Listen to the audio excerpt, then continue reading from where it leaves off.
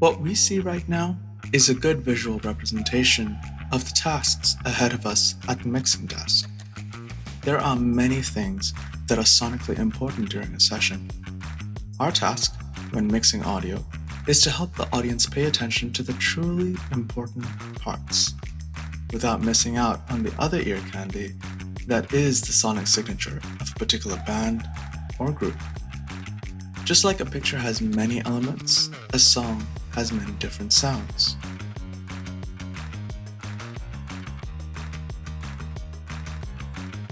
In a musical performance, many sounds compete for attention.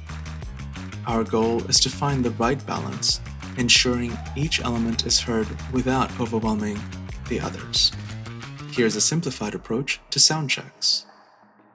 Begin with the percussion and bass instruments that provide the rhythmic drive. These low-frequency sounds, especially sub-100 Hz, often need careful attention as they are felt more than heard. Next, we move on to the melodic instruments, which often occupy the mid-range frequencies. Identify and reduce any excess sounds that might muddy the overall mix. Sound checks are not just about volume, it's also about shaping the frequencies to create clarity. Finally, in any Bhajan session, the lead vocals are crucial for conveying the lyrics, the emotion, and the devotion of the singer. This helps the audience connect with the bhajan. Ensure the lead vocals sit prominently above the rest of the music. Supporting vocals can be balanced at a lower level. By following this approach, we can create a harmonious mix where each element contributes to a beautiful and engaging listening experience.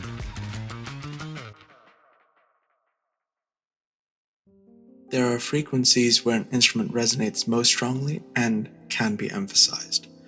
We also want to locate problem areas, frequencies that sound muddy or harsh and need to be reduced. It is important to remember that an instrument's ideal frequencies can change depending on the note being played or any effects applied to it. Of course, when we change players, EQ should be adjusted accordingly. So keep adjusting as needed to maintain a clear and balanced mix. It's like creating a sonic landscape where each instrument has its own place and can be fully appreciated. Think of each instrument's sound like a mountain range with peaks and valleys. To find the sweet spot where an instrument shines, we can use a knob or digital tools to sweep across the frequencies. Mixer settings will continue to evolve for an instrument depending on how it's being played. If a guitarist switches from strumming chords to playing a delicate melody, you will likely need to adjust the EQ to shape the tone and bring out the right frequencies, compression to control the dynamics and even out the volume, and finally the volume to ensure the instrument sits well in the mix. The same is true of any instrument or voice that is being mic'd. Think of it this way. You are creating the best possible listening experience for the audience in the room, and sound always evolves. Remember, however, singers sometimes need to hear specific instruments clearly to stay on track. This is where a separate monitor engineer comes in. They can focus on creating a custom mix for the lead vocalists or the instrumentalists, ensuring they hear what they need to deliver their best version of a bhajan. Think of a lead vocalist as the storyteller in a bhajan. To truly captivate the audience with their nuances and emotions, they need space in the mix. Compression acts like a gentle hand, ensuring their whispers are intimate and the powerful moments soar, adding depth to the performance. When multiple vocalists join in, it's like adding harmonies to a painting. They enrich the overall sound, but should not overshadow the other elements. Keep their volume balanced within the mix, and use compression to bring out their quieter parts, ensuring every voice contributes to the beauty of the bhajan without dominating the soundscape. Imagine each audio channel as water pipes, and the sound flowing through them, the water. Gain is the water pressure in the pipe. Higher gain means more pressure and a louder signal. The faders for each channel is like the faucet. It controls how much of that sound or water is released into the mix. During sound checks, we want to adjust the pressure, the gain, in each pipe so that the faucets, faders, can operate smoothly. This means setting the gain levels so that the instruments and vocals are loud enough. We don't want the faders to have to be pushed all the way up just to hear a particular voicing or an instrument. And we also want to make sure that nothing is being distorted. Too much gain can overload the channel and cause unpleasant distortion. By properly setting the gain during sound checks, we make it easier to control the mix with the faders, allowing a more balanced sound. This prevents us from having to constantly ride the faders during the performance to keep things under control. Whether you have a simple analog mixer or a more sophisticated digital setup with outboard gear, the fundamental concepts of audio mixing still apply. You're still balancing levels, shaping frequencies, and creating a cohesive sound.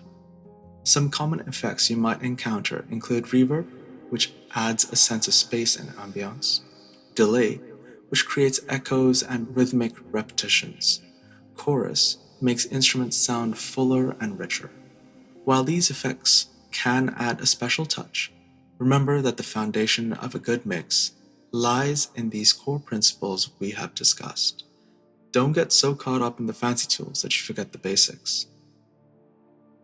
Limiters act as a ceiling for volume levels, protecting speakers and ensuring a clean, polished sound. They are essential for maintaining audio quality and maximizing loudness without unwanted distortion, and are usually the final step. So here's a quick recap of the key mixing tips we've gone over. Balance the sound. Start with the rhythm. Adjust the volume of your percussion and bass instruments first, then the melody. Bring in the melodic instruments like guitars, violins, and keyboards. And finally, the vocals. Adjust the lead and backing vocals accordingly at the very end. Cleaning up the frequencies. For each instrument, use EQ to reduce any unwanted or muddy frequencies. Then, boost the frequencies that make the instrument shine.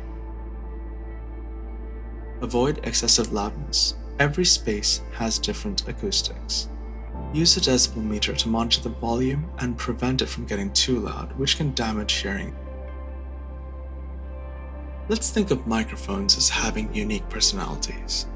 The frequency response curve for each microphone model is like their voice. Some mics are better at capturing high frequencies like cymbals, while others excel at capturing low frequencies like the bass drum or the baya. The frequency response curve helps us choose the right voice for each instrument. Next is the polar pattern of microphones.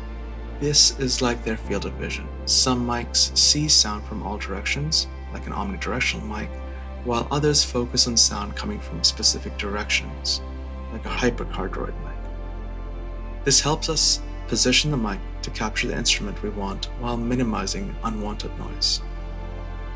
Different situations call for different approaches to audio mixing. When we are mixing for a live venue, we want to focus on delivering the best sound to the audience in the room, considering how sound reflects off the walls and other objects. Monitor mixing is simpler as performers directly request the adjustments. Streaming mixes cater to listeners in various environments, potentially adding reverb to those listening at lower volumes, account for potential audio quality loss and other factors as we decide between mono or stereo sound. Lastly, there is the studio or post-production mixing. Take time to refine the audio mix, add depth to the vocals, and consider spatial effects. We can explore options like stereo or Dolby Atmos for a more immersive listening experience.